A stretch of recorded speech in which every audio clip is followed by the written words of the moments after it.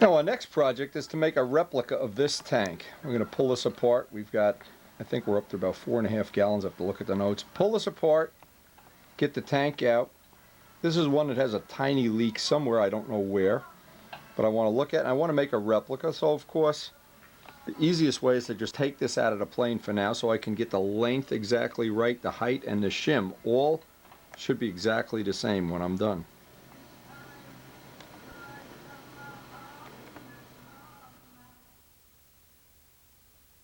One of the things we've improvised, because we've been changing the tank and shimming it, and you can see there's about 72 64th plywood shims on this tank, but we do have it exactly where we want it. Now because we're going to make another tank exactly like this, I want to keep the shims and hopefully not have to go back and reshim it, but this saves me a lot of things. I don't even have to cut the zip tie in the back. I just take the whole unit out. I don't even take the bolts out of their place, pull it off to the side, and that tank comes right out. There's no tubing going to the vents or anything. It's very easy to get, totally bulletproof, get the tank in and out.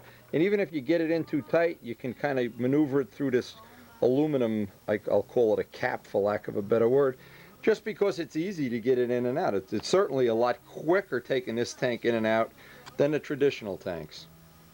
Just one little tip we learned. Pull the hardware out, and again, I've checked this for leaks and I can't find the leak. And the only way I suspected it leaked is because at the very end, a couple of gallons into this, I couldn't get the last little air in. It had the look of it was bleeding air.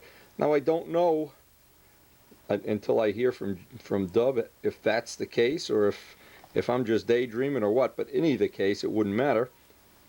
It ran. The point is here, even with that little, if there is a little hole in it, and it could be from the rough edges on a carbon, a little piece of sanding dust, it could be anything. It's certainly better if you can use the plastic tanks the way Dub sells them, but I can't get that in a plane. That's the problem.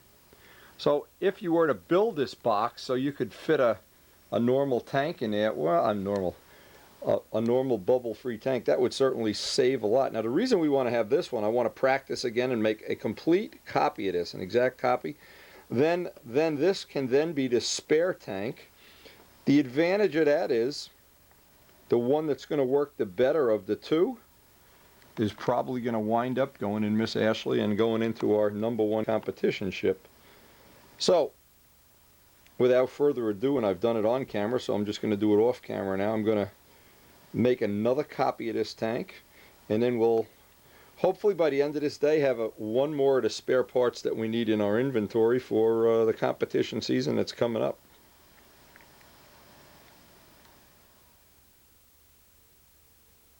And so off camera we made up an exact copy of, I haven't even flipped the tubing on this yet, and then this will now be our secondary tank, assuming we're going to get some test flights on this either tomorrow or later on in the week or whenever. I was real careful when I assembled this to make sure inside it didn't have any rough spots. That may be what put the little pinhole in this. If that's the case, and I don't know that that's the case, it just may be or maybe not, I'm not sure. So now it's just a question of reassembling it, not changing any of the shims, and we'll be right back where we start. Well, we'll be ahead because now we have a part. And one of anything in a competition stunt plane, at least in my planes, one of anything is useless. You break it, it leaks, something happens, day's over. A spare part for everything in a plane that traditionally needs maintenance, what a great idea. On today's mail, adding to my collection, this is from Walter Elmland. Walter's been buying me B-25 things. I'm going to look like a B-25 by the time we get to the Nats. This is one of the nicer ones. Walt, you are okay. I don't care what Bob Lampione says about you. And we will be seeing you at Brodax. Hey, appreciate it a whole lot, Walt. We got some stuff from Pat Johnson here too, some nice pictures. Let me share these with you. Semi-Scale Man Supreme. Now, this is Pat Johnson's latest effort. And it's, I'm going to read his note, it's an improved version of the P-40K Mark II. It has an inch deeper fuselage, lowered wing, 1 inch of dihedral, take apart construction, Sato 56, look like he's got the thing from the Al Raby video, which is cool, showing the little ribs inside and everything. 700 square inches, 64 ounces, that's a good weight. All Broak dope. Well, Pat, you've outdone yourself. This is a beauty.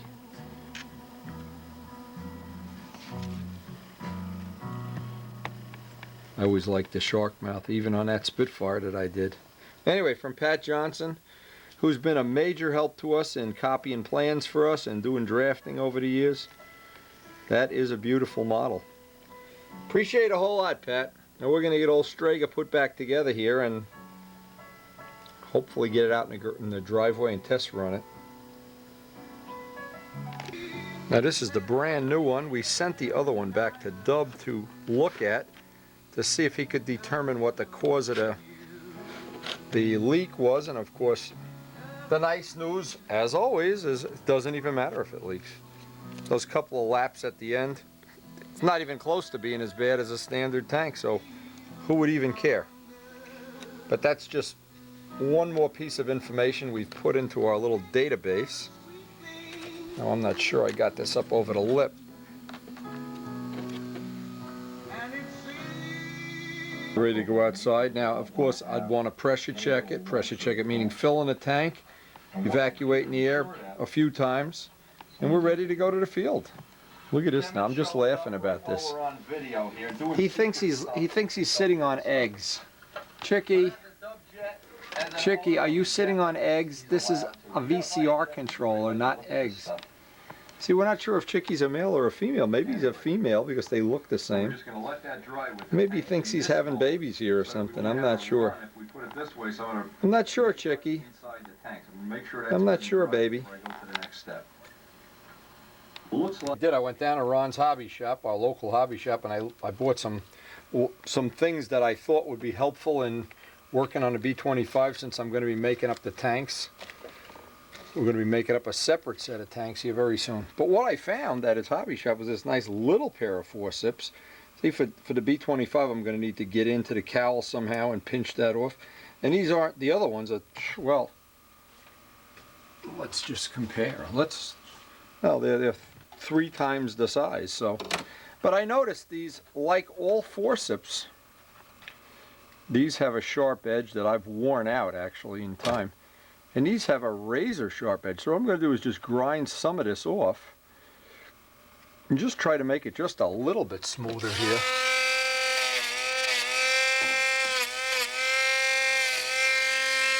Take that, because we're going to be pinching fuel lines, I'm assuming, for a long time to come. And we got to find, if somebody knows where they sell them, some forceps maybe that they use for in hospitals that don't have any teeth on them. That would even be better. But even a little tip like this will be an upgrade over what we have. So far we haven't pinched a fuel line, but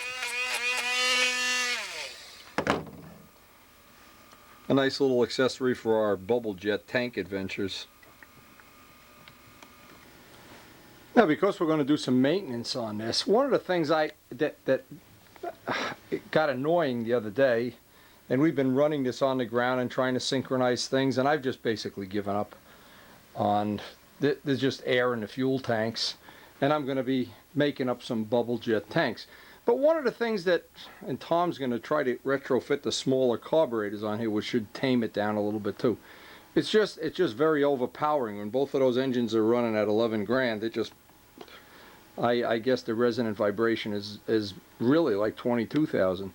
But one of the things that in looking at this and trying to evaluate it, I realized the last time I ran it, I didn't get all the fuel out.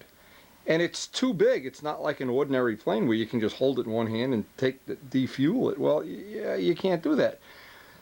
So to get the fuel out, because I'm going to be doing maintenance and changing the tanks and stuff, I thought one of the things that would be worthwhile is figuring out how to go about defueling this. Well, I have these little nails hanging on the ceiling, or up near the ceiling, and I better find one that's plenty strong, because then the plane will be hanging so all the fuel will run into the corner of the tank and I can just siphon it out. But that was something I hadn't thought of in the course of doing this maintenance. And every time you do something maintenance on this, it's just like double the maintenance. So it's really a good idea to figure out the easiest way of doing a lot of these routine things. Now, when we have the bubble jet tanks in here, of course, defueling the plane will be done. Just suck it out, done. Well, until then, we're going to have to live with this very cumbersome and awkward, if you don't get every drop of fuel out. Now, there's another thought here. When you're flying a Zetron plane, every time you land, there'll be fuel in the tanks. So by thinking this thing through now, it hadn't dawned on me till just recently, it's going to be important. We land the plane, there might be 1.5 ounces, 2 ounces of fuel in each tank. At the end of a flying day, what I would do with the Typhoon, it was pretty easy. I just fly the last flight out and then just land it, let the motor run out of fuel. Well, I don't want to do that because one engine will probably, unless I'm really lucky, still have fuel. So the answer would be, at the end of the day, because I'll have bubble tanks, just siphon them out like you're going to fuel them, but don't fuel them. And they'll be perfectly dry all the time. So I don't know. There's a lot of little pluses and minuses to these tanks. And little by little, I'm trying to maximize the use of all this technology so that in the future, and believe me, I have plans for this plane for years to come. Lots of different things I want to try. And that's why I'm being a little cautious and not trying to jump off a cliff here. We've lost the field already, so it doesn't even matter. Realize this has another value. There's probably going to be some maintenance, and in this case I'm draining the tanks, getting all the fuel out of the tanks. Just another thing that I hadn't thought of. For instance, if I'm working on a motor and I don't want to turn it over, I want to work on this side or something. Well, it's a shame I can only do this one way, but still one way is better than no ways. So this gives us one more time while we're doing maintenance to come up with some kind of a little improvement. Now, one of the things we can get rid of is all this tubing, all these extra vents can go. I bet we're going to save a 1/2 ounce of tubing and vents once we get the bubble tanks installed. One of the things I want to do while I have a little shop time, I'm just checking the clearance I have. I need to open up the cowls so that I can get air filters on here. Whether we use these carbs or the smaller ones, it looks like I'm going to want to have the air filters. It should make it a little bit easier to choke, but I need to look at how much I'm going to have to cut off the cowl to do that. That's one of the next things I need to look at. Hey, what's this? What's this? Checking out a windy video here? Hey, you want to go live in Houston? He's bored with windy videos. Kind of don't blame you, Chicky. Anyway, we're going to take the cowls, try to get this fit. Now, just think of all the plumbing you don't need. If we get the bubble tanks, this can go. You don't need an overflow. This can go. You don't need a pressure line. We get rid of all this tubing. Can take this vent out of the side. I think we're going to have a, well, we're certainly going to look at what the possibilities are, and I'm not sure what they are. But because we have good access to, you know, Dub's technology and some of the people that have been willing to help out with this project, boy, Tom and Bob Zambelli, we're gonna definitely not rush this part of it. So next thing is I want to get these, like the cowl openings for these. Now, after I put this all together, it's really apparent how much I'm going to have to cut away, but I'm not going to be able to get it as far out as I want because I don't want to weaken the cowl here. So I'm just going to open this up using my template, because I need to be able to get in it, obviously, and choke it. And this is a problem. This is probably something I should have done right in the beginning, is allow for the air filter, and if you don't use it, okay, but yeah. After the B-25 is out of the barn, it's easy to criticize. That circle template I interpolated. See, I can't make it exactly the way I want because I don't want to get this front real paper thin.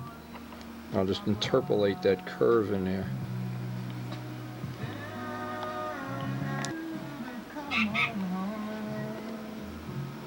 And that will be relatively convenient to get a choke on that. And now, of course, because it's the joy of twin engine modeling, just have, hey, off of that plane. Look at this.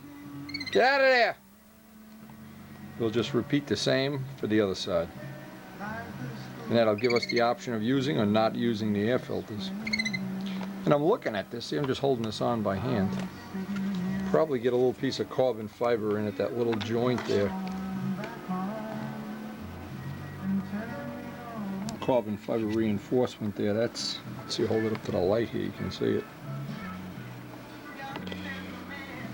And that completes the little work we're going to do on it today.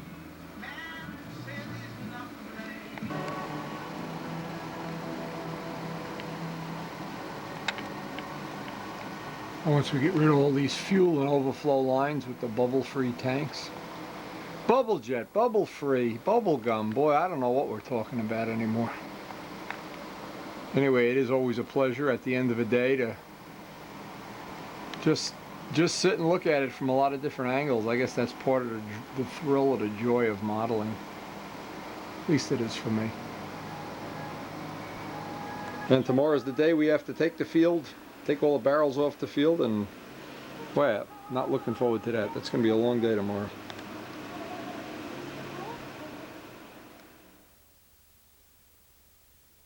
You'll notice tires are walking all over the field. What they've done is all the tires we used to use at the field, as we're dismantling the field, it's an unflyable day. And Rich flipped his Stuke over and busted a rudder and a wheel pan. What we've done is we turned it into a tire rolling contest, and you can see the guys are all over here. There's tires everywhere. Oh! First guy to hit the fence wins. Buys breakfast. Oh, there goes another one. You can tell this club is comprised of a lot of rogue scholars. Oh man, I'm out of breath laughing at this.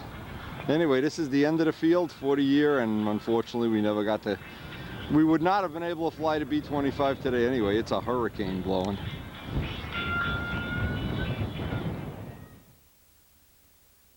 One of the bad things that happened is poor Richard here, I guess we're not going to get it on video, he decided to take a flight today even though the winds were blowing. You can see the windsock. And landed, flipped the plane over, did a little damage to the rudder, broke a $50 prop, chewed up the wheel pants. And so what we're going to do is when we go back to the shop, we're going to do a little repair for him. He's in a bad mood, so we're going to make him buy breakfast. And I think he's doing this for the, I think he wants sympathy votes or something. But anyway, that's the nice thing. Here's the guys. We just ripped the field down and we got a little repair to do. All part of model aviation. Part of being in a good club. All good things with a confession. Rich is going to confess.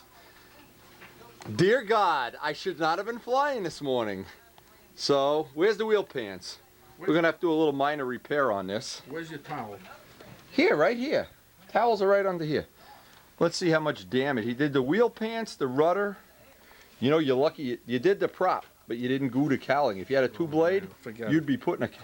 See, now look, we're going to cut this. You don't try to glue this. This prop was running so well, too, you know? It'll be, I'll fix it. This we're going to grind that much off the prop, of course.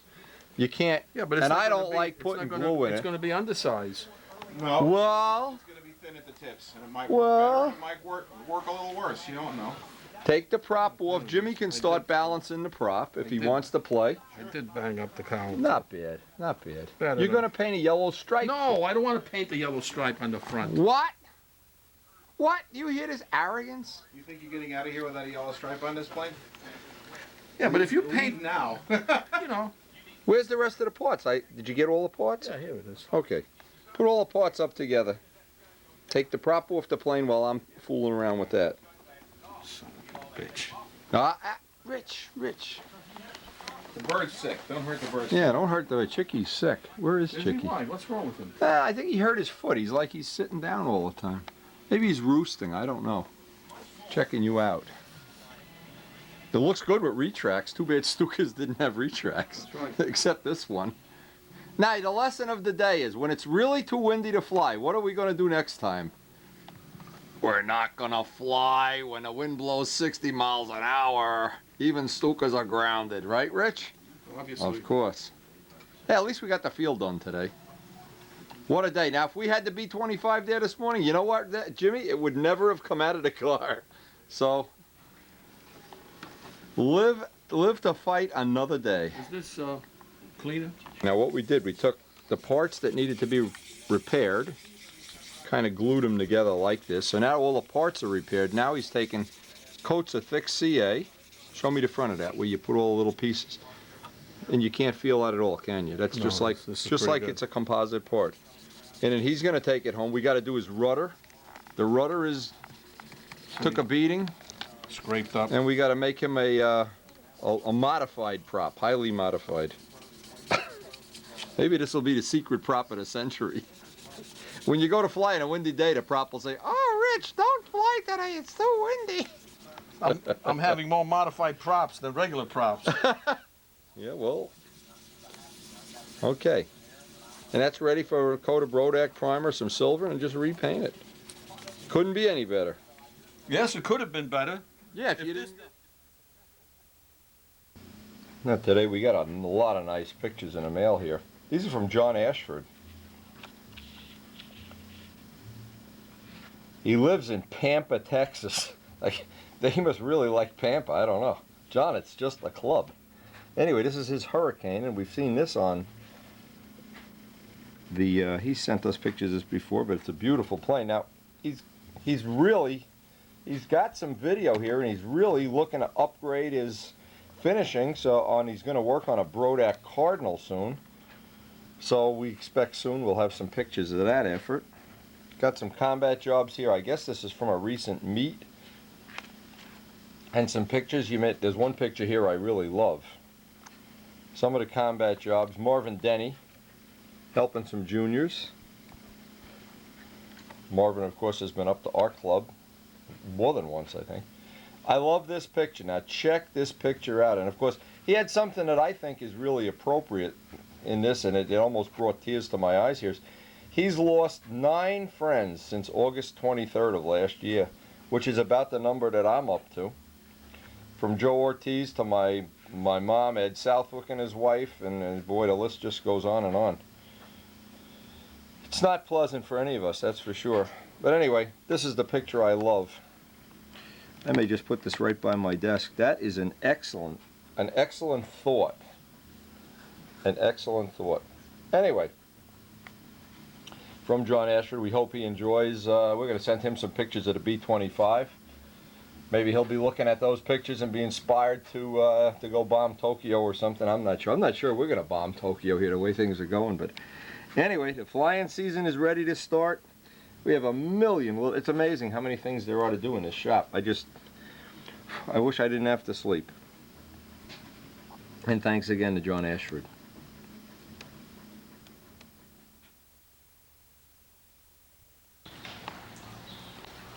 Now after many, I think we're working on this about 4 weeks already, we finally finished our planting. And believe me, one of the things I really enjoy, Karen and I both enjoy, is working on our backyard. And I wanted to walk around, just give you an idea of just how much. We're not going to go flying until tomorrow, or even work in a shop. This is Memorial Day weekend. We got all our little plants in, all around the back of the pond here. Every once a year I try to walk around, because I love to share this with people. Karen puts a lot of work and a lot of energy into this, designing it and planting, and all the little flowers we have, and our little arbor here with wisteria growing. One of the things we really totally enjoy. And of course our koi pond, where we've just given birth to I think the 7th or the 8th generation of baby fish that are down in there. And this morning we even had a baby grackle taking a bath in the waterfalls here, so that was a lot of fun. We came running out, we had breakfast out here, and there's a baby grackle taking a free bath in the Windy and Karen Pond. It was a lot of fun, and it's one of the things, beside working on a B-25, we really enjoyed. And of course I've kind of resigned myself to the fact that well, we're going to make up the bubble jet tanks before we even try to fly it. We just didn't have any luck at all synchronizing the carbs. The air bubbles in there are just unbelievable. So rather than fooling around, and the cure would have been to change props or to do other things like that, or try to deal with resonance some other way. Well, there's always one better way. Just get rid of the air. I think that'll be a much better cure.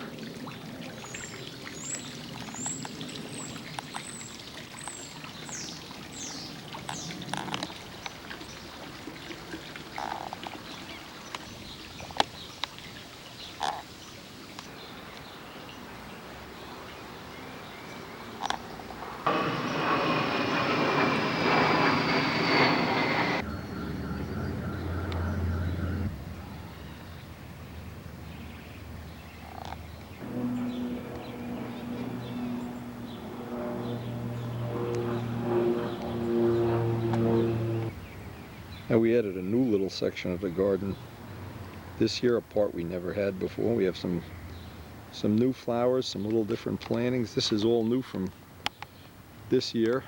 It's in the corner of the front of our house, so if you're coming to stay in a Spitfire bedroom and hang out with us and have pizza with us, just look for the little garden with the little white fence and a little wagon in front.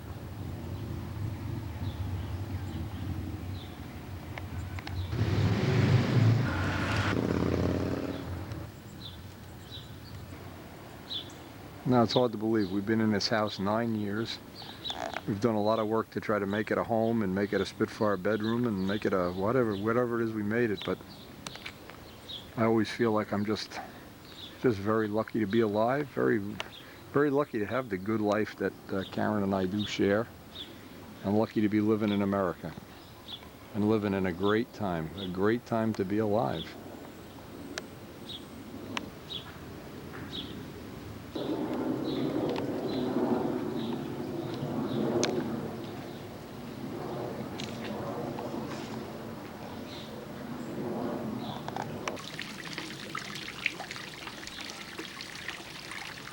I guess it's a great time to be alive, even if you're a fish.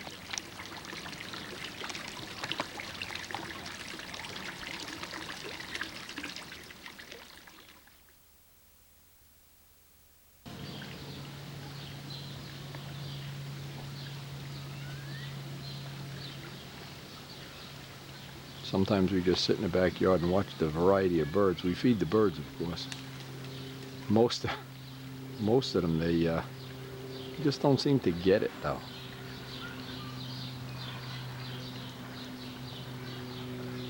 As I say this, I see it's my lovable daughter coming here with her lovable husband. What are you guys doing?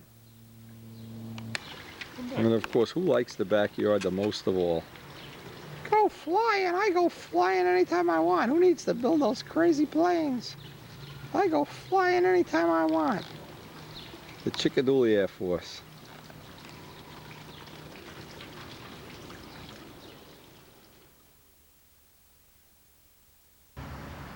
Now today we've entered the wonderful part of the season that that comes every year. We don't have the field in Palisade Park anymore, but we do have the wonderful Garden State Circle Burner field. And one of the things, early in the morning like this, really, there's nobody here, so I get a lot of testing done without a lot of background noise. Now you can tell it because we have 3 circles that on a weekend it'd be impossible to test things. You can't hear a motor run, you can't hear a tank shim, you just go crazy. So what I do is I try to get as much of the time that I spend to do the testing with little or as little as possible background noise, just cars going by.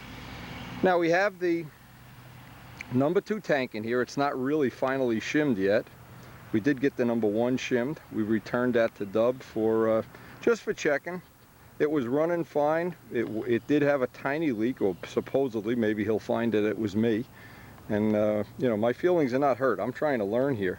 But what I want to do is I want to get my square one here. Now when we move to this field, and you can see that it's all surrounded by trees, we're in a bowl, we're in a cereal bowl. The props that work out at Rich's field in Palisade Park, absolutely useless here. The props that we need to look at, usually I have them marked, and I have several of them, usually will wind up with more pitch, more diameter, just a bigger drive ratio here. So that's one of the things we're going to try to do today. We also want to practice, and I've been practicing several things with filling the jet tanks. I know that's going to be something I'll write about in Stunt News soon, and I want to go through my two-bladed props once or twice just to verify I haven't missed one of the real good ones. Eliminate this and boil this down to maybe 3 or 4 props. And by the end of this day, well, hopefully be doing some test flying. Doing some, you're not going to do, see, because we have no wind at all today. It's kind of dead. And what air there is, it should be a foolish day to come over here and try to hit wing over pullouts or low bottoms or something, but it's an excellent day for testing because we have nobody here, so far anyway. And we'll be able to hear the results of each thing we do. Prop that we finally liked the best at Richardsfield, especially in the wind, this was a real good one, was the 12.6 Medusa prop, but it's been repitched. And so it's really not a 12.6, it's probably a 12.4.5 or something like that. But we know we'll take a flight on this. I won't even do it on camera because you know this is going to be wimpy. This is going to be wimpy, but I have the same prop with just a little more pitch. So what I'm going to do is change the prop before we even get started here because we do have limited time and I do want to burn a gallon of fuel. Now this is what's really good about having a reliable, I should say reliable, test plane. Nice old guy that we can cut holes in and drill holes in and not worry if it's nose heavy or tail heavy or whatever. Here's the other advantage is when you want to test things, this plane is really draggy and heavy relative to the competition plane. So anything that really works on here is going to work even better once we get it dialed in on this plane. It'll be like swinging that proverbial bat and not having to carry a heavy load. Let's just see roughly how much pitch change we have here. Quite a bit. So we know this is the low pitch one, number 1. I mark each one just for my reference, even though these props are exactly the same. That's number 1, that's number 2. Not sure you'll see it on a video, but number 2 is pitched more for a field like this where there's more pitch. Runway air, when you're at the Nats, that's when you can run the lowest amount of pitch, the lowest amount of power, the lowest amount of everything. When you get to these bowl fields like this, then you need to know, and see what's good is knowing ahead of time. A lot of guys come here, just to make an example, they fly on an open air field, oh boy, get everything dialed in. Now they come to our contest in June, which is coming up soon, or Broaks, where the air is a little bit different, where you're in kind of a bowl, and they're shocked. Oh my God, my engine's not working. Oh, my tank's not, they're crazy. It's nothing like that. It's the conditions change. And I like to know a little bit ahead of time when these conditions change, just how I'm going to deal with them. And I've been able to do that, fortunately, at many new locations where I go. Like typically I don't get to practice at all for the Broak meet, or very little because we're shooting video. But the advantage is if you know ahead of time you need more pitch, well, you may as well get the props ready before you even go to the contest. Quickly, as I run a flight of 2 on each one of the props, I put them in the box of the ones that I've eliminated. So I want to wind up with maybe 2 or 3, maybe not even 2 or 3, maybe just 2. One with a little extra pitch and load and one with a little less pitch and load. But what that allows me to do is now I'll know ahead of time. For instance, we get to the circle burner meet, Middlesex, the Mass Cup meet, and all of a sudden we're under these conditions. Well, I kind of in the back of my mind, actually I don't even have it in my mind, it's in my little notes that I keep in the van, what prop worked under what condition. And by the way, I noticed that Todd Lee is real meticulous about doing exactly the same thing. He keeps a log of every one of his changes, which is a real neat thing to do. I think Joe Adamusco does something similar to that too. Now I've had, and believe me when I tell you, I've had a lot of, I'll call them adventures with this jet fuel, basically because I didn't read the direction, I didn't have the directions in the beginning. Then after I had them, I kind of try to improvise things. The only thing I've found that for me made it a little easier was not using the filter. I put the filter on the plane. It just made it a little bit easier, but again, I fill it right to the middle of the 2 T's. Then I suspect sooner or later I'll have almost all the planes retrofitted with these tanks. Now, one of the reasons I wanted to get more time on these tanks is this is the system I'm going to put in the B-25 before I even fly it. I'm going to have 2 of these tanks made up for the size that fit in the B-25. I'm not even going to try to run those tanks I had so much trouble synchronizing the two motors, and air bubbles coming up. And the air bubbles were only there when both motors are running. So what? I don't know. I think this is just making it a lot easier for me. Deal always is here. I break this at the back of the filter. The tube from the fueler goes over the tubing going to the tank. And step one is to pull out all the air. And this can be anywhere from 15 seconds to 20 seconds to a minute to however long, depending on how much air is in the tank. Now you can see air bubbles are coming up there every time I increase the pressure on the other end. And I've just learned to be a little patient right at this point and let the bubbles.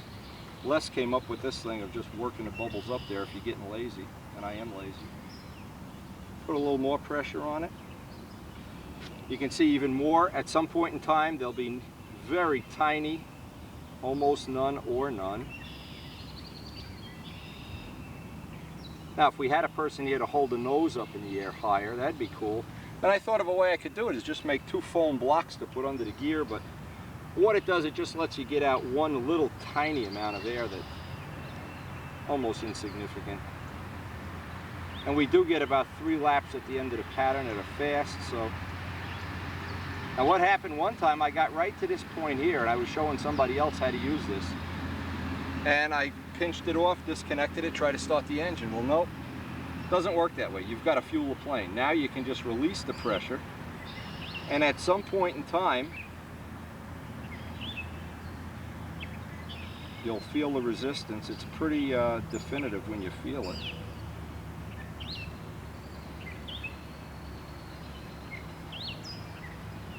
In my case, I might have put too much pressure on that first tank, but even with that first tank, when it had the pinhole, it ran fine. I just had those extra laps at the end. So it really wasn't a big deal. Now at some point right there, I know the tank is full. It feels kind of hard. Now I back out one of these increments, which I think is about 1/4 of an ounce or something like that. Okay, now I can pinch this tubing off, get rid of the fueler, and watch what happens. When you let this go, it'll release the pressure. And that's all I need. I just want it dripping. I don't want it under, I don't want like fuel injection. Pinch that off, hook the filter back up. Now usually if the motor's warm, the start is very predictable. Sometimes when it's cool like this, it's less than predictable.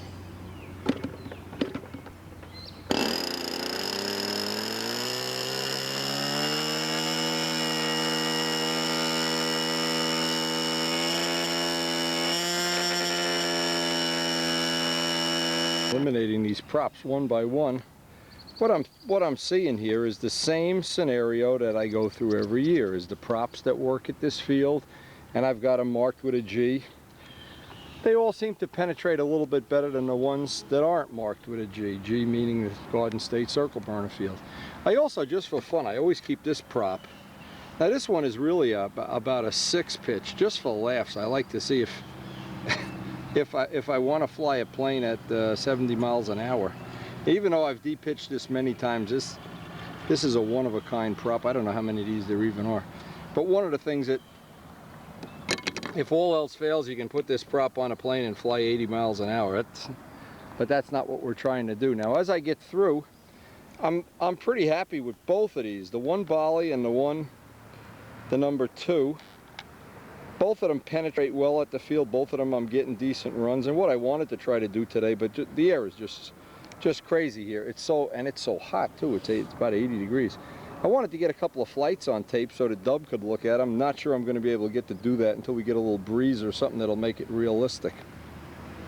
But we are getting plenty of time getting used to the fueler, the tank, the characteristics of the tank. And this tank is, again, until I get a couple of gallons on it, I just get a little leery that I'm not familiar with it. After a gallon or so, it gets to be my friend, and then I'm comfortable with the fueling procedure already.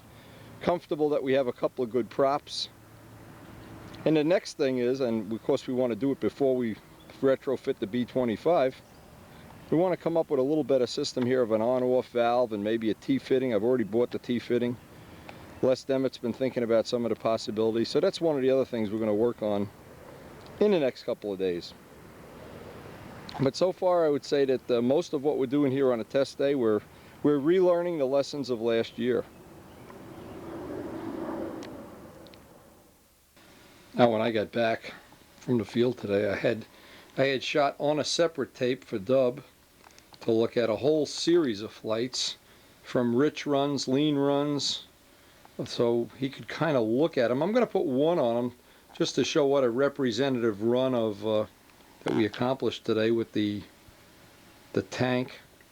The most important thing was to, in my opinion, is to figure out the fueling procedure, and that's already done, and some of the other little idiosyncrasies of the thing that I want to address. But so far, I want to give you an idea of what the runs are like. They're pretty good so far, and I'm looking forward to getting them eventually getting it into the B25, of course, and of course, getting it once we have totally resolved what we're going to be doing in terms of an on-off switch or a T-fitting or whatever. Get one in Miss Ashley before we actually get the flying season. So let me get one of these flights from today on video. See how these tanks are working.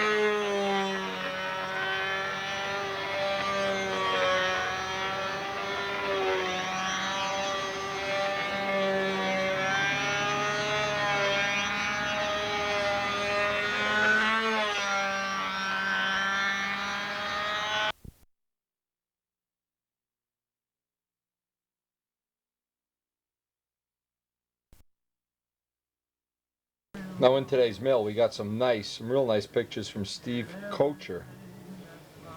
Pictures of his Cascade 545.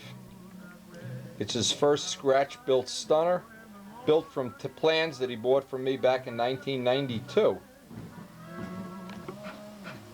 Now Steve basically is saying he had to have Big Art make up a special muffler for his Tiger 46.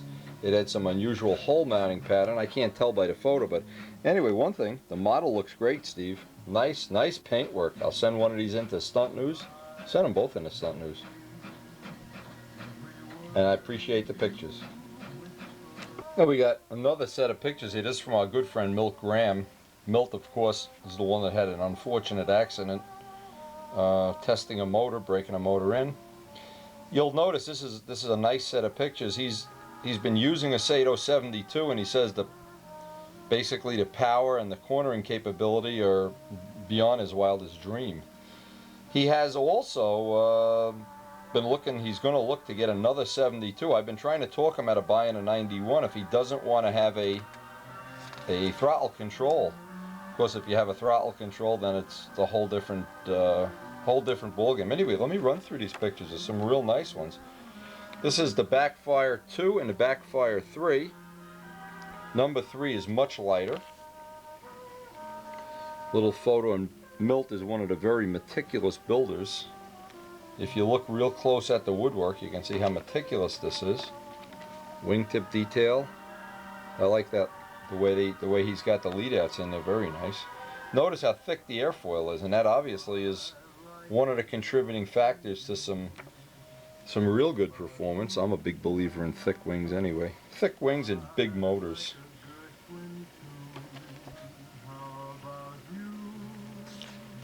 Nice crutch detail.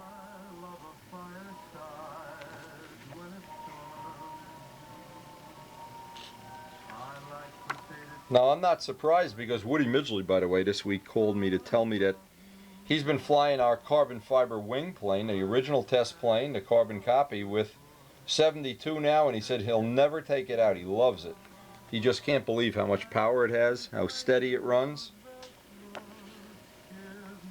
And he's having fun with the electric starter. He loves not having to start the motor. Nose detail. Again, this is a view I like.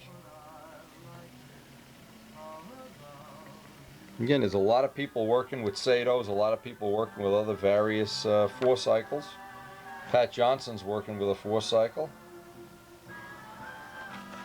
It's funny, his caption here is no cooling problems. And I guess not. Removable tail wheel, removable rudder. Nice little detail touches.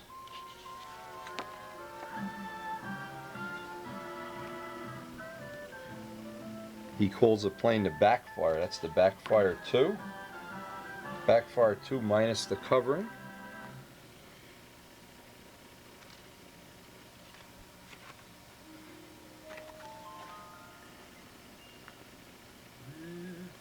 It looks like in these photos he's working his way up to silver. Got everything backmasked. Canopy detail. Trying to keep these in sequence. The sequence Milt sent them in.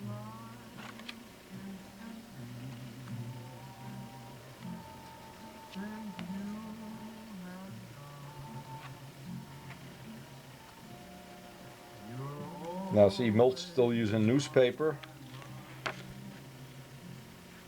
I kind of like the tin foil method, but obviously they both work.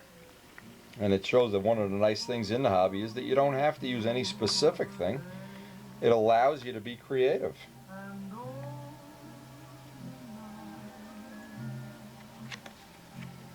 Is finishing his monocoque wing. His other plane, a Backfire on the Joker. We've had that on a video before. The Milt Graham Skunk Works. Anyway, Milt, I really hope you'll send some of these into to Stunt News. And hey, hope you're healing up from that accident, unfortunate accident. All the best from Wendy and Karen. And unfortunately, tomorrow is one of the fun flies up at the club field. And we're hoping a lot of people will show up, of course. But unfortunately for us, we have house guests, and we probably won't be able to make it. I'm not sure we're going to be able to make it anytime this weekend, but it is fun. Karen's cousin is here from Arizona, and we've been just pulling over to B25. He kind of enjoys modeling a little bit, and we've been looking at the books and talking World War II stuff and watching some B25 videos. It's been a great weekend, and I hope we can get up to the club field for a little while this weekend anyway. Anyway, thanks to everybody for the photos. Always a good time sharing the world of stunt.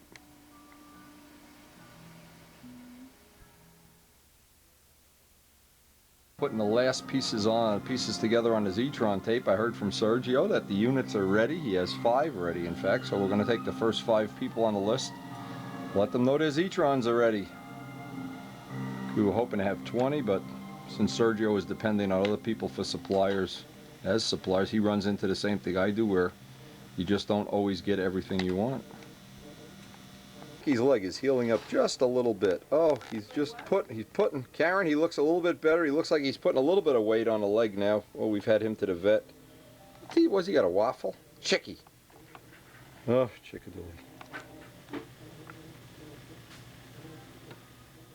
Story now. Mike has a brand new plane, never been flown. He thinks he's going to slither out to the field. He's here at 5:30. It's dark. He brings all his stealth stunt team here, and then we show up. Let's go look at the plane, baby. With the blinkety blank. Da, da, da, da, da, da. This is Mike Cooper's new SV11. Cole looks like he's got a windy carbon fiber here. What do you got, a Tiger 60 in there, Mike? PA 51. PA 51 with a pipe? With a muffler. With a muffler, okay, cool. And an 12.4, 11.4, 12.4. Mike, did you pull it yet? No. Let's give it a pull test. Let's do it. Boy, is that confidence? Wow. Is that confidence in your building ability? See, we didn't even have our coffee yet, so we're still. Pull the bell crank out. Here we go. Let's wreck that first. Here we go. Let's leave it on the. Hold it by the tail wheel and the spinner, Mike. Yeah, you'd hate to have a line snap or something. Oh, man. I checked all those things. Yeah, this will show up well against the trees. What is it? This is the... Anyway, it is super early. We are here just to give Mike a hand. Universal abuse? Is that what That's this is all right. about? I'm used to it. Around 9:30, 10 o'clock, that's when I become all black and blue. You're black and blue already. Pounding, you know. Gee.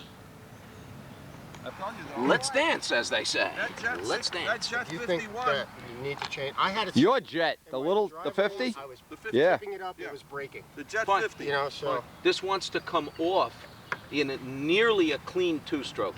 Just as close to a clean 2. Yeah, you really can't run it like a It's fox. the hit of verbal. It doesn't want to come off 2-4ing. Did you bring something to fly, Tom? Yeah, I brought the new Cardinal. He's got the new Cardinal. Here, if I want to get it out of the How else can you get these guys up at 4 o'clock in the morning to come flying? it started right up in my driveway, Was it upright? just like this. Mike, trust me, when the camera's on, nothing goes right. It's incredible. Amazing. Do you want to turn it over? I don't know. Now watch, you got a Uniflow tube there. 7:30, quarter to 8. I was here waiting for this guy to show up. I don't know. Let's turn it Give over. it a little drink. We just, yeah, give him some juice, Rich. Rich's repair is all set. He's got his new wheel pants, invisible wheel pants. Yeah, but I don't have them on today, windy. Mike, the other thing is that this may well... Is that the little muffler that comes from Randy? Or? Yeah, it's okay. the rear exhaust. Yeah. You put a juice of that, a juice the juiced. You got to teach him about juice the juiced. Whoa. Watch out now, baby. Oh, yes, sir! Do these guys know what they're doing? Forget it. Look at this, there's cameramen everywhere. Brian shows up ready for the flight. Oh!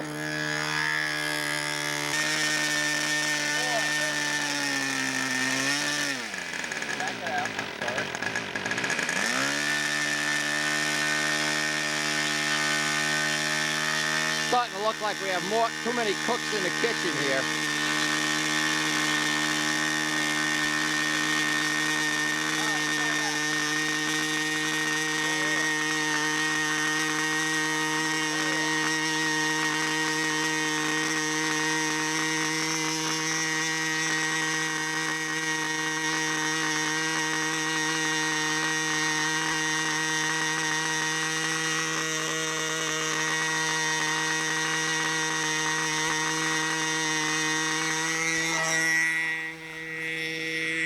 First flight of the SV11.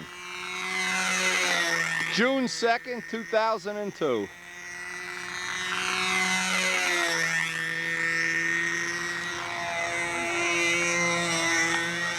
Yeah, go right into the wing over. To hell with the guys trimming your plane. Oh, he's got coraggio. Wing looks up a little bit inverted. Tom, did it look up a little inverted or not?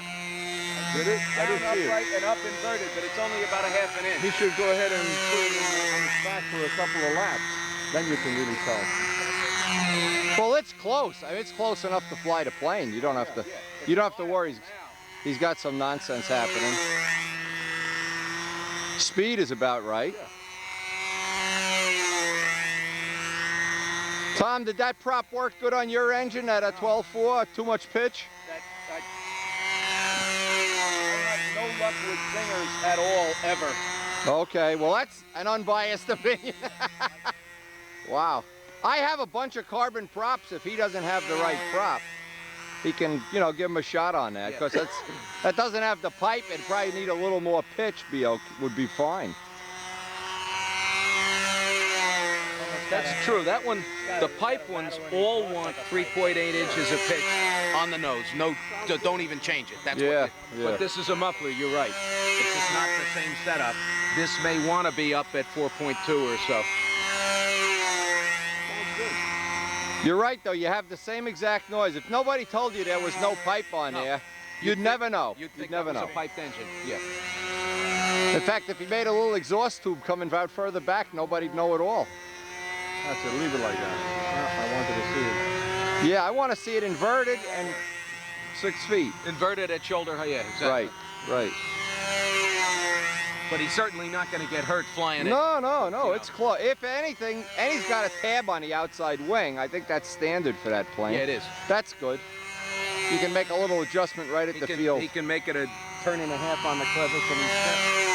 Tom, did you ask him if he had the hinge lines taped yet? No.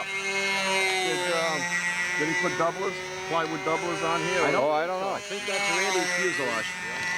Which You'd have to ask him. I don't know. I don't know either. It works. I know, that's... There were guys with 1,000 flights on that setup, and I wouldn't have trusted it, but it works. Gene says it's not a problem. Yeah. Not a problem. Strong enough. They put carbon fiber between. Now here's a problem, Tom. This is going leaner and leaner as you get into the flight. Big time. It's almost in a dead 2 cycle now. I don't know how he's got the tank set up, but now it's way too lean. Yeah. I mean, you should Stay just out of it, Mike. fly it level. It's picking up speed. Does he have a Uniflow thing on there? It's acting like he's got the plug on the vent line instead on the Uniflow line instead of the vent. Or else, being this is the first flight, Tom, that may be a new tank, and the filter's now full of. Yeah, it's going dead lean Well, now. it may That's be no heating good. too. Yeah. No, you can't fly that. I mean, Oh no. you're dead right now. I brought a spare tank if he needs one. These are all a new thing. Now see, Mike ran this on the ground the other day, but I didn't hear him say he cleaned the filter. This is the reason we ground run the planes, or I do anyway. Try to. Is you want to avoid this exact thing that's happening to Mike. Cow. Turn the cat. It's a ghost. It's a ghost. Get it on film. Oh my God! It's the ghost of Flushing. Oh no! Wait, I have to touch the ghost. It's real. It's real. How are you? Hey. It's real. I've been making so much money selling those Andy Lee CDs. I'm ashamed to face this man. Welcome. How you doing, Joel? Nice Hey, to Andy. see you. I came Joel. You came all the way here to see this? You gotta be crazy. Fly with the wrong hand. Oh, is he? Okay. Am I supposed to fly with you right?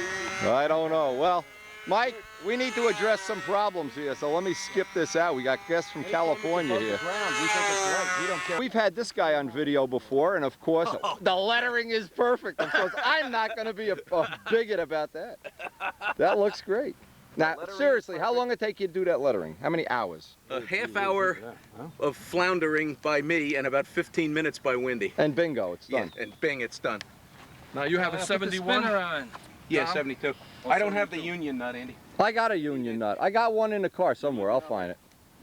You need the custom You're union gonna- nut. But this is my first attempt. And he's made the flaps bigger than a standard kit would be. What kind of a plane is that? 72. Who the heck's designed the Cardinal? So How big are the flaps, Tom? You made them a half inch bigger? 7/16 wider at the root. They taper to the original cord. Oh, at about here. They're Okay. the original size. But Well, you can see they're bigger. Yes. With 4-inch wood? No. That's what you should have done with the No, Stukas, I make the had flaps the bigger. original flaps cut, and then Wendy and I got an email from Bill Netzband explaining why he thought the four-stroke Yeah. still gives corner when it's nose heavy, because it Guess we're gonna drags the find flaps out in through about the 2 corner minutes, huh? instead of having the airplane decelerate. So I thought, okay, if we've got the thrust to drive bigger. Rich, to flip drive that the over. I flaps wanna through a see the bigger bottom. Corner, make the flaps bigger and get more corner. Are you, What would I do? The next are one. you glad you changed the canopy and made it longer, or? My next That was. I think it looks good. That's not the way I heard it. Now this is one of the glass cow. Yeah, it is. Yeah. That's from Mike's mold. Okay, Yeah, that's it's a good. glass cowl.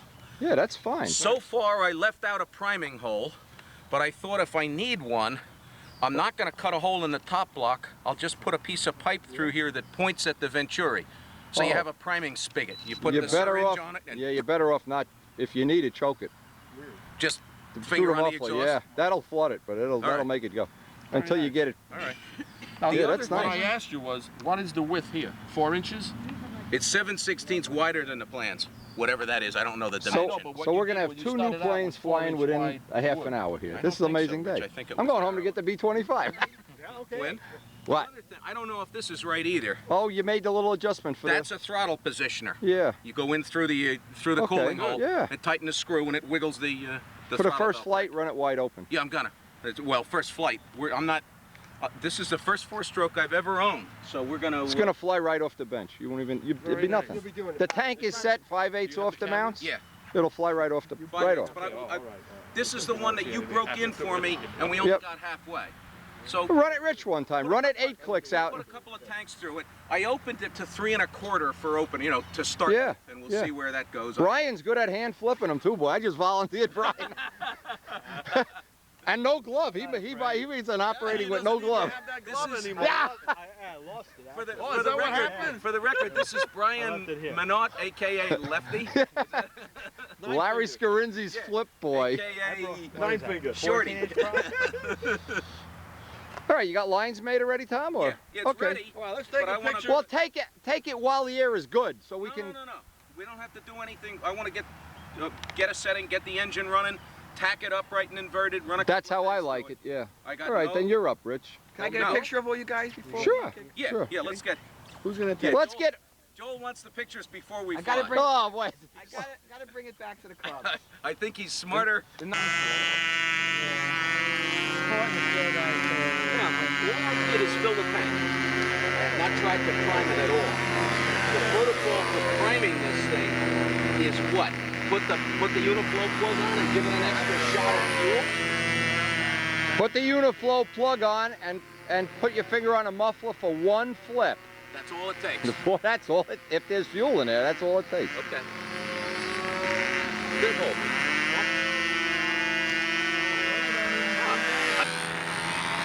Totally off the repair that we did on video. We did this repair, if I remember right, on video. He's got the new landing gear. Remember how I emphasized you don't want to fly in grass with those landing gear that he had? So he's got a nice set of grass gear here. It lands real nice in the grass, and he's fixing up the wheel pants for the gnats. A good combination. Good tip, always tighten the prop with automotive wrenches. Big, mean automotive wrenches. Mike learned that lesson, boy. I remember tradition. Oh, there goes the spinner over the fence. Oh, there goes one out on the other side of the field. No, with the 72s especially, you really have to tighten that prop down.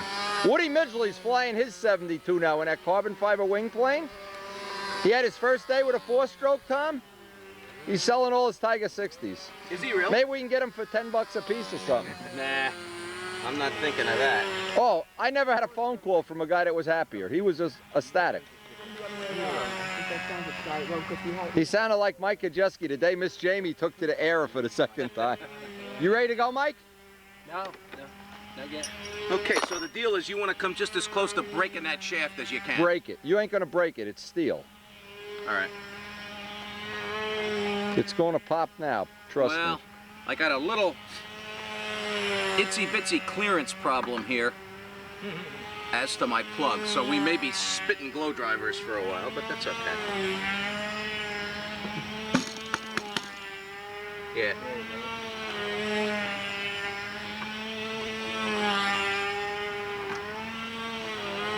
That zetron infrared control working pretty good now? Yeah. Bulletproof. The guy that invented it's supposed to be here What do today. you have to do to change it? I mean, it's on your hat, right? But what do you have to No, I'll show you the new one. It's on a B25. It's a pack of cigarettes. And what do you do? Where is it on your hand that you make the You adjustment? put it in your pocket when you're not using it. Are you ready? Take it out and go zoop, like a VCR changer. That was 2 years in development.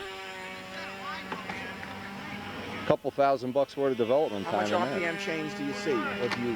You're not a bad-looking guy at all. The harassment has started, and who's the instigator? Rich. He went ahead and shaved. So what? Why don't you shave? Anyway, Mike's gonna get a flight on his. This is Sato 72 Cardinal. This has just turned out to be a fabulous day. Windy as can be. Wind's blowing us all over the place, but everybody seems to be getting some flights. Whoa, look at that wind going, baby.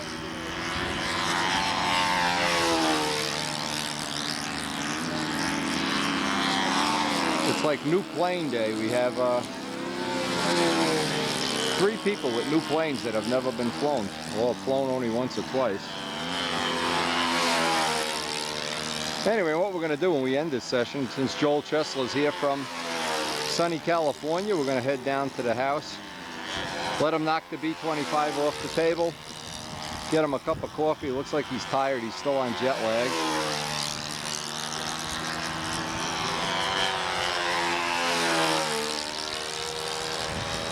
Amazing how this, actually it's getting too windy to fly now. It's getting really windy. And when you have your good plane, let's see what they're doing over there. Brian's over on the other circle testing something. They're playing with the big cub on this circle. They haven't got it going yet.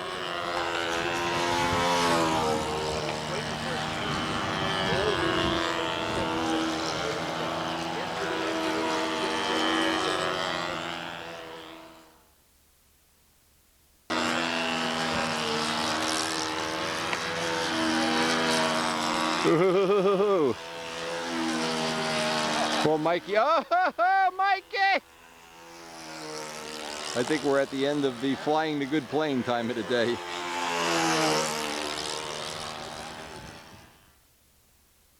Joel wants to cap off his video by, even though we had a good day at the field here, the wind blew us off the circle, but Chicky's gonna bite him. Bite him, Chicky. No, he's scratching. Oh, Chickadooly, you gotta, when he come from California, you gotta go right for the throat. Smile for the camera. Go Come on, Chicky. Smile for the camera. You come all the way from California, bird poops on you, huh? Smile for the camera. No, I really hope that Joel enjoyed his visit here, you know, being part of our life, sharing our life with the guys in California. And one of our favorites, Mr. I'll have another donut, Bob Palmer. Bob, I hope you get to see this video too someday. Anyway, and by the way, send me a Thunderbird. I don't have one. I'll put that up in my Spitfire bedroom, no problem. I know you love those elliptical wings like I do.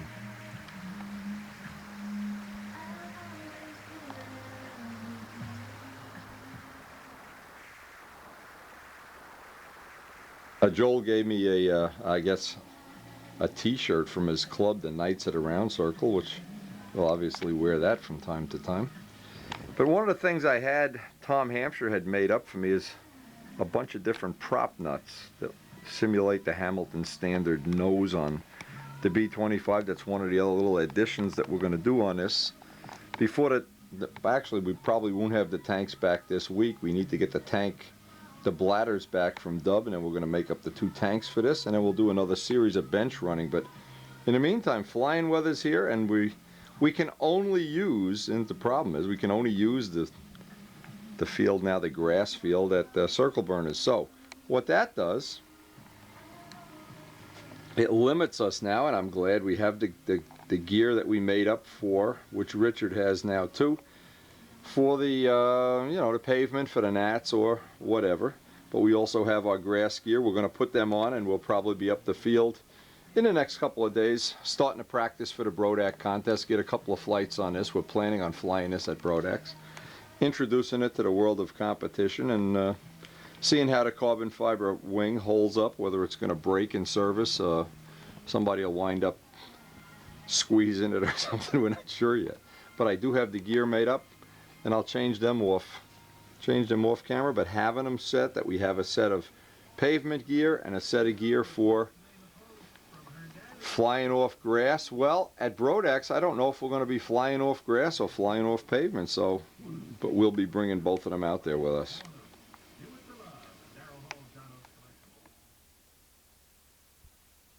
Hope you're enjoying and sharing the videos with everybody. Share the great hobby that we've all come to love and enjoy together. Boy, the weather report is for nice weather for the next couple of days. I hope they're not lying.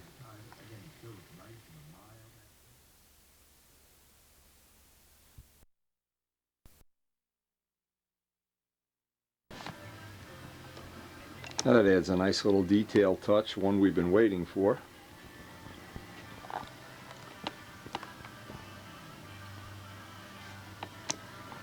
One little piece at a time, this puppy's coming together. One little piece. We still have guns to make. I'm sure Les is going to make them for us too. 4 more guns to make. A couple other little details, and of course we want to get, the main thing is the tanks. And I hope this week we'll have the parts to start manufacturing them. In today's mail I got something really cool here. This is from Craig Bartlett. Nice nice labels too, I like them. Anyway, he's sending me something that's really cool now. Of course I got the flyer. I got a t-shirt with Paul Walker's new Mustang on it. Cool, 911 little insignia from the regionals. Hey, and I'll make sure I wear this when I launch Paul, if he lets me launch his plane. You'll find out. Let's see if he knows I'm XL. Oh, I'm so complimented when people don't send me an XL. Anyway, I'm checking out this video. Now, some of this footage I've seen, the float planes I've seen, but there's some stuff on here that's really cool. As I'm doing the shop work here, I'm watching this video. There's a lot of footage I haven't seen here. This is you may want to contact Craig and get a copy. This is the first flight of this guy's seaplane. Oh no! Oh! That's the part I don't want to see.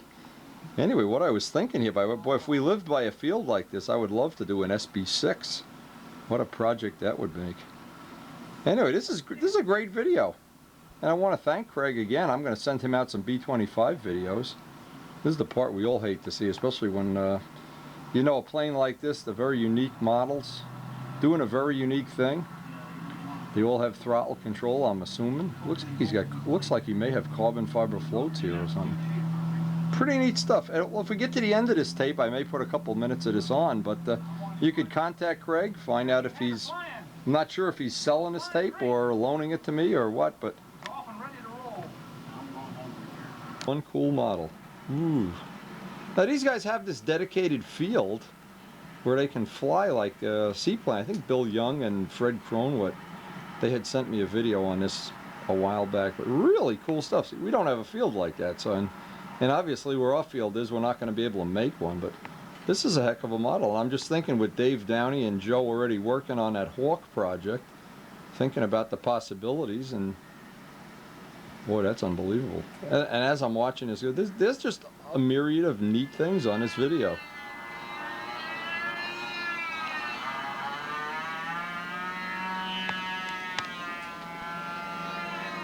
Oh, looks like it might be a little tail heavy. Oh, he's got it up. Okay.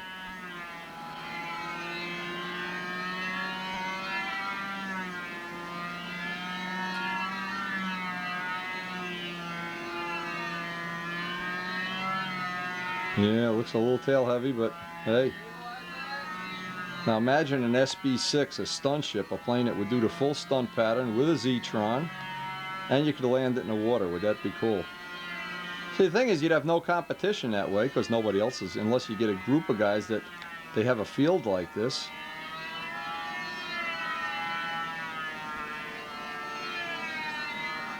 It's pretty special stuff. I really see the thing that impresses me the most when somebody thinks outside the box. They don't do the traditional thing that everybody else is doing, and oh, I'll just paint the leading edge red and I'll be special this year. He's got the throttle going. This to me, it just looks a little tail heavy here. I can't see what kind of motor he's got in here, but anyway, there's people all over the world doing interesting things with models. Oh! He's got my full attention. I got to put this on. We're going on it. Sergio Zegras and I last night, as I'll interrupt the video, got together, and we have the first production Zetrons ready to deliver to the customer. And I'll show one of those kits up close in case somebody out there really wants one right away. We only had 5. He ordered 20, and only 5 came in from the manufacturer. There's a guy in California that's doing all the chip work. So, but we do have 5, and any that we don't sell, we'll bring to Brodax.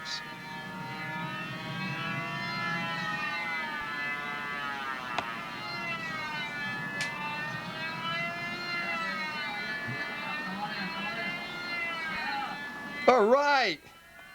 Oh man, standing ovation. All right, fantastic. This is what it even comes in a nice box. Sergio's got these boxed in exactly the size the video would be. The problem is the video doesn't fit in the box like we originally anticipated when Sergio ordered the boxes. But this is a production. This is the way they're going to come from now on. There's no soldering. There's no wire connectors. There's nothing that's left to your imagination. Here's the right charger. Charges the transmitter and the receiver at the same time. Here's the production one. It has the light, so you can bang that, put it in your pocket, you hit the keys.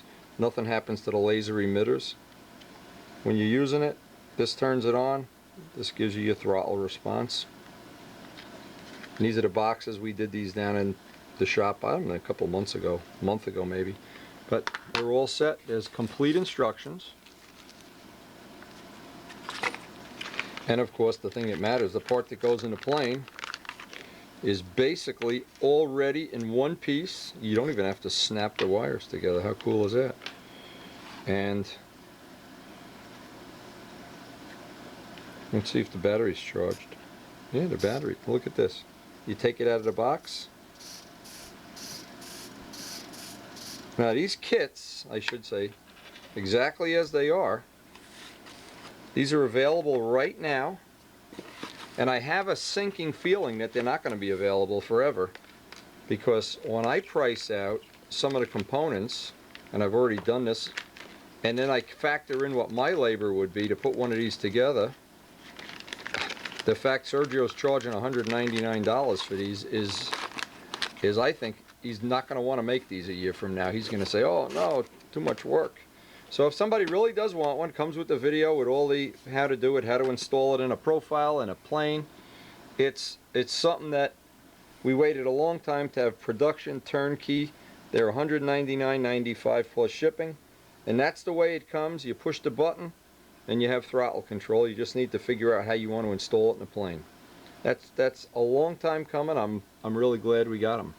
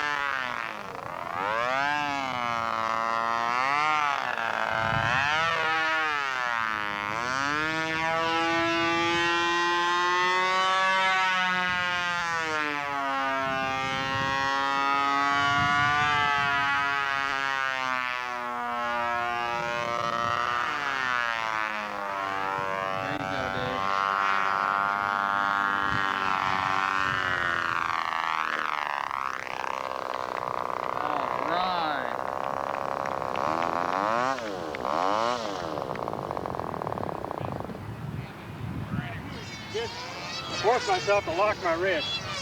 Yeah. That seems to help. So. Well, you got a water landing, and I wish I'd have set up on it better, but you came down and got it, so. Yeah, I figured.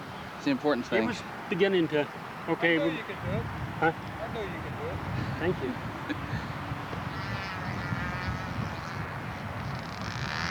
Yeah, it looks great in the air. Does it? Yeah. I wish I could get lower, but it's still not comfortable. Well, you know what? I think if you can, now that you got some flights in, get the handle trimmed out, get it so you can do the low speed really consistently with it.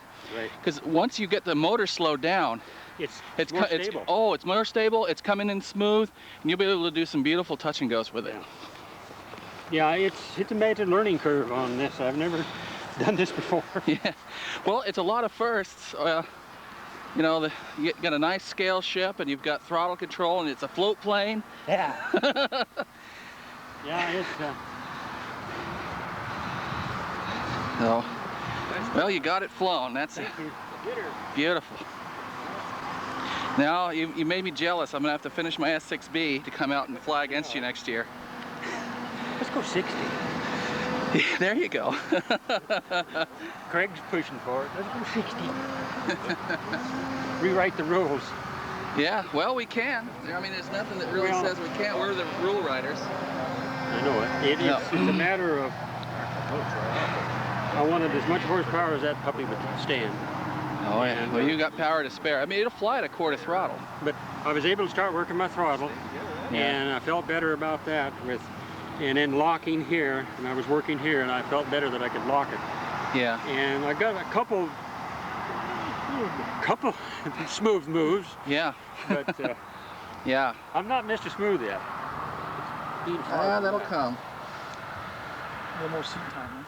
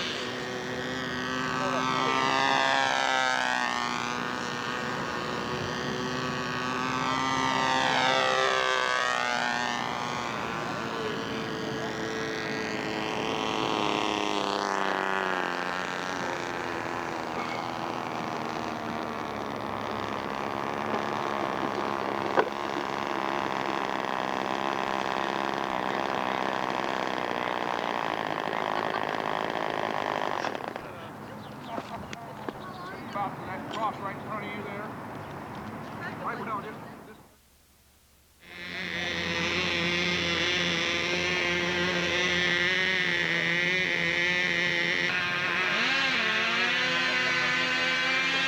He said he's gonna go butter up the judges for a second. He'll be right back. Okay. Well, that's the word, not He me. knew I If said any that. butter is going on, you gotta be doing it, not him. Okay.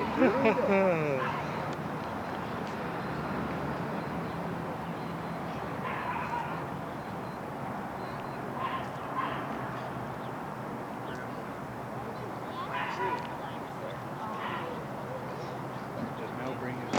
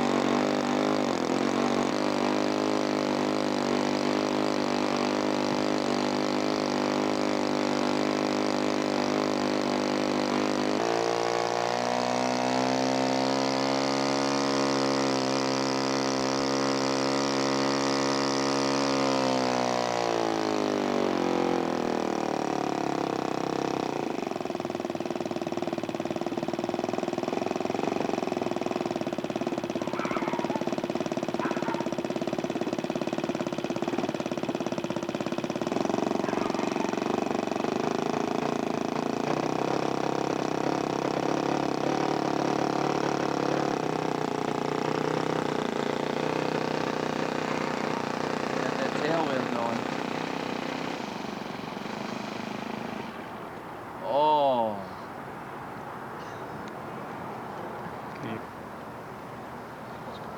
I'll start it for you.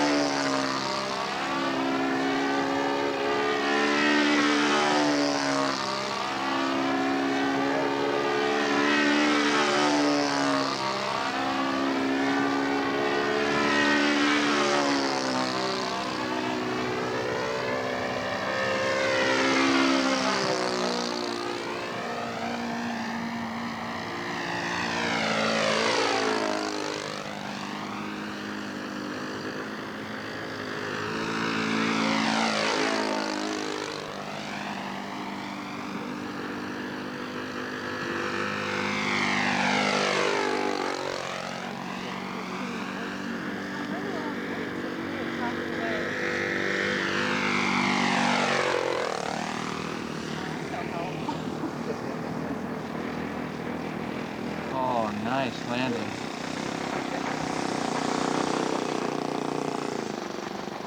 Limbaugh, Denver, Colorado.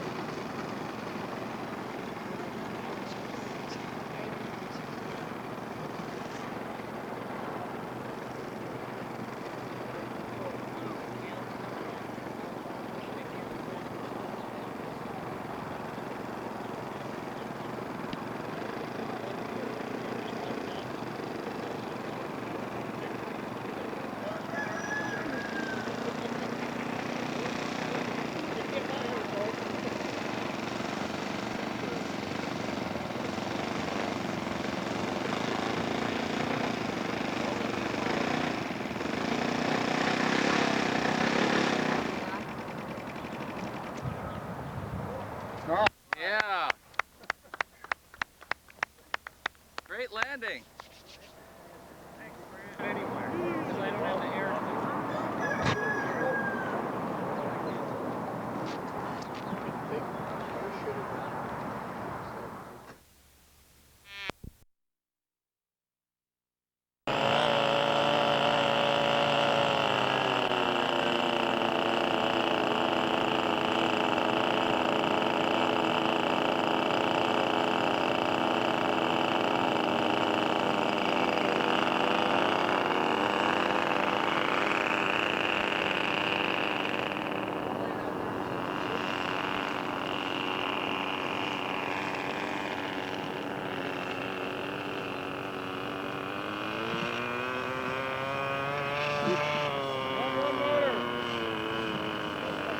Yeah, you might stop it.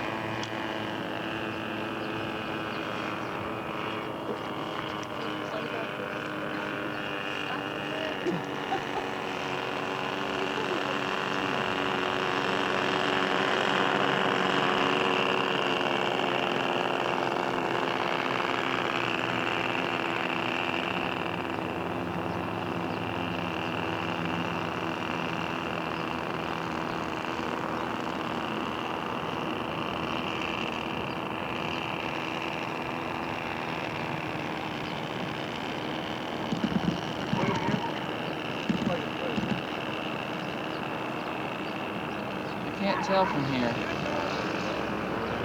No, it didn't.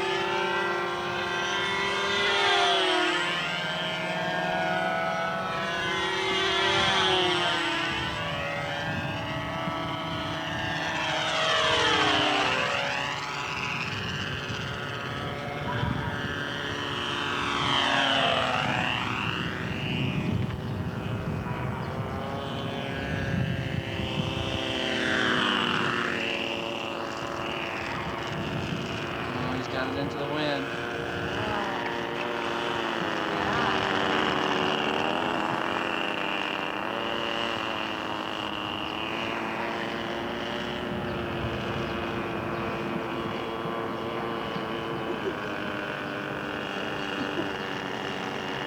I missed that space one.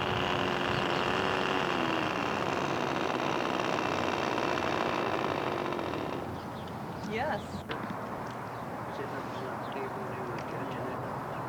Did you paint it since then or anything? I didn't remember that.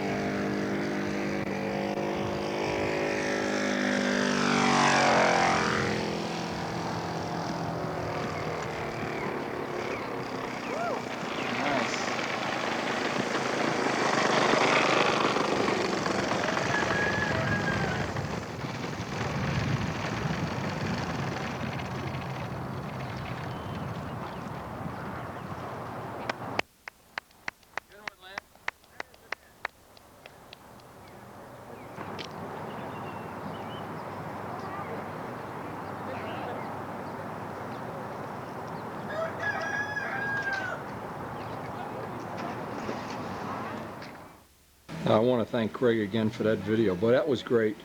And that's the kind of thing I like to have playing in the background while I'm working on, well, working on this project here. We have really, and I don't mean maybe, I've really been thinking about all the possibilities here with the taxiing and that scale video. You know, it just makes me think. The seaplanes, I like that I think it's an S6B or SB6, I'm not sure. I'm not into that kind of nomenclature where I know every little thing, but I know it's the racing British seaplane. And one of the things I thought of was, well, we have a scale contest coming up in the fall that's going to be on tar. Hey, it'd be fun just to bring them out and let them fly. Now, Walt Brownell is another guy that has all these great, I don't know what to call it. He's got the combination of good stunt technology and scale planes. And we're looking forward to seeing his DC-3. I hope he's going to have it at Brodex. But I'm just thinking how many unusual, cool things there are in the world of modeling. Now that Zetrons are finally on the market, I expect by next year's Nats we'll see more and more of them on some pretty unusual planes. It offers one more choice to a world of modeling that you have thousands of good choices. The B25 Silver is in stock at Brodax. We're ready to ship it if anybody's looking to get there first. I've already got an order from Bill Hummel for some before it even hits the market. It's sold, and that's the way we always hope things work out. Anyway, we are getting ready from this point in the video on. There's a couple of things to do around the shop to get ready for Brodax. Get the car all packed up, and then this weekend we're going to just kind of chill out because Tuesday of next week we're going to be packing and heading out to Brodax. Anyway, we're near the end of the video. I hope you've enjoyed sharing it with us. Please share it with your friends, and boy, for all means, I hope, well, the next videos you'll get if you're a subscriber are going to be the Brodax videos.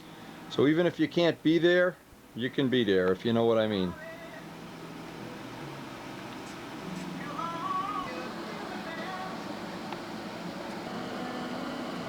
And probably right after Brodax we'll be getting the tanks from Dub,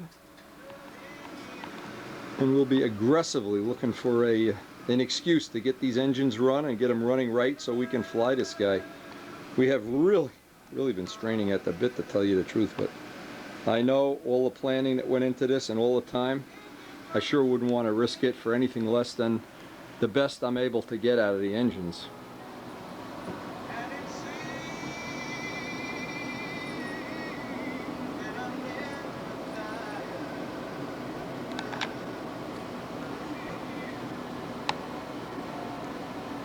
And I hope you enjoyed that footage from Craig and from Fred Cronwet, Bill Young.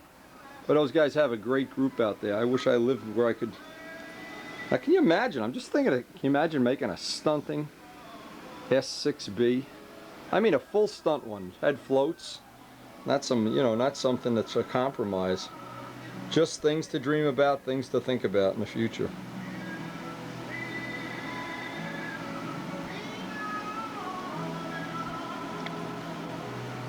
And the Hawk project. I shouldn't forget the Hawk project. Joe's already cutting wood. He got some quarter grain wood for me, so I know he's cutting wood out there. And I hope he'll keep us posted on how that project's going. And we will definitely see you after Brodax on the next set of tapes. And thanks for joining us.